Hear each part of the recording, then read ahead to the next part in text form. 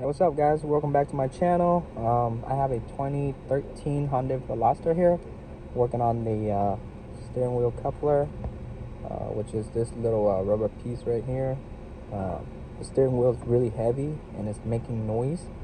When you steer, you can hear the noise, and it's really heavy right now. So I'm going to change out the little coupler here. First thing you're going to remove is the cover under the steering wheel right here. There's 3 bolts holding not bolt but screw. There's 3 of them holding on the side and 1 of them at the bottom.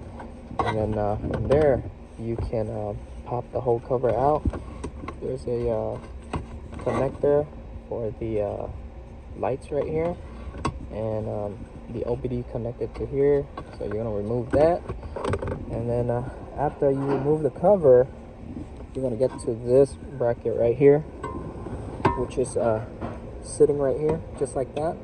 You're going to remove 5 bolts, 1, 2, 3, 4 and 5 right here.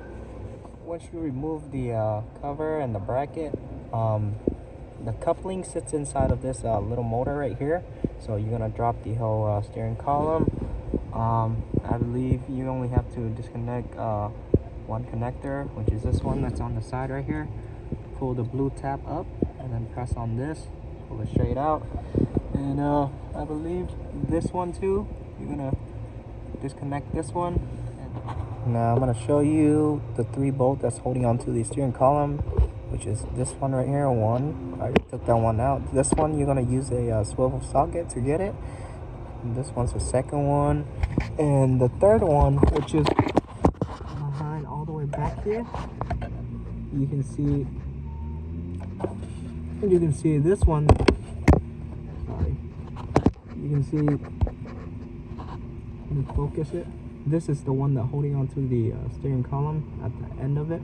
So after you remove the 3 bolts that's holding onto the steering column, the one in the back right here, the whole steering column should drop down like that and give you some room for the steering motor right here. You're gonna undo the black bolt right here, 1, 2 and 3 in the back. So once you remove that, you should be able to get to the coupler. 1 second. There you go. You should be able to remove it just like that. It's kind of heavy. There's a connector behind there. You don't have to disconnect it. You can if you want to, but I just moved it out of the way. And now you can see the coupler is completely broken right here. Everything you can see. That's why it was so heavy to steer, and it was making noise. So just take that out, put in the new one. You can see the old one right here. It's all smashed up. This is my new one. Both sides the same. Either way, just go ahead and place it in. There you go. Sits just like that, and then put your motor back on top. Tighten the bolt down. So I got the steering motor tightened down. For you to get the steering column back up, to make it easier for you, there's a hook right here. This part is where the hook is. You're gonna hook into this bracket first.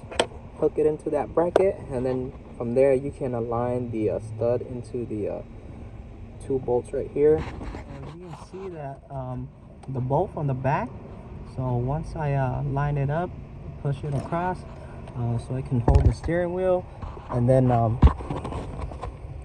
from here, from this angle, if you trying to adjust it to get it into the hole, you're gonna release this lever right here, the steering column lever, so you can move it back and forth, so that way you can adjust it to the hole.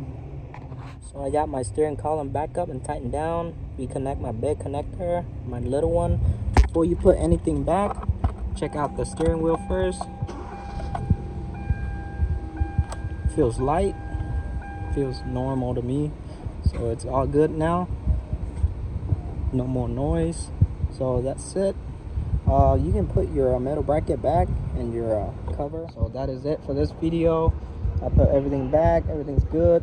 Steering wheel feels normal. Checked it again. All the way, it's good. I also have a airbag light on this car, but I'll show you on the next video. But that is it for this video. Like, share, and subscribe, guys. Peace.